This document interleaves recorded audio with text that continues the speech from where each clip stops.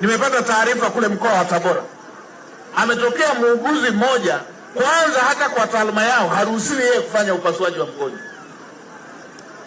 Ameenda amemchukua mgonjwa kampeleka nyumbani kwake, anamfanyia upasuaji, anamfanyia kwenye kochi nyumbani kwake. Watu wasiojali maisha ya watu. Unafanya majaribio kwenye maisha ya mtu, unafanyia majaribio maisha ya mtu, maisha ya binadamu unafanyia majaribio.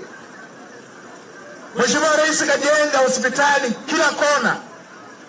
Tuna hospitali za wilaya, tuna hospitali za rufaa, kuna vituo vya afya siku hizi vina hadhi kama ya hospitali ya wilaya.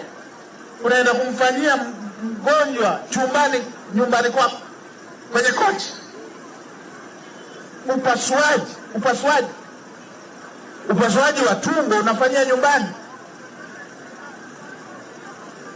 ili muone watu wanaokiuka maadili ya taaluma zao. Mambo ya ajabu haya. Sasa naelekeza mamlaka zinazohusika,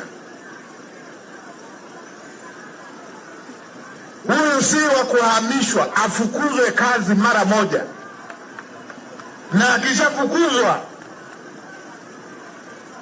apelekwe kwenye mkono wa sheria.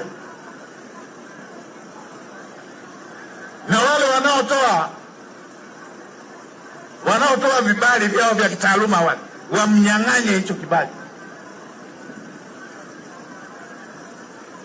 Kidogo kidogo tutaelewana.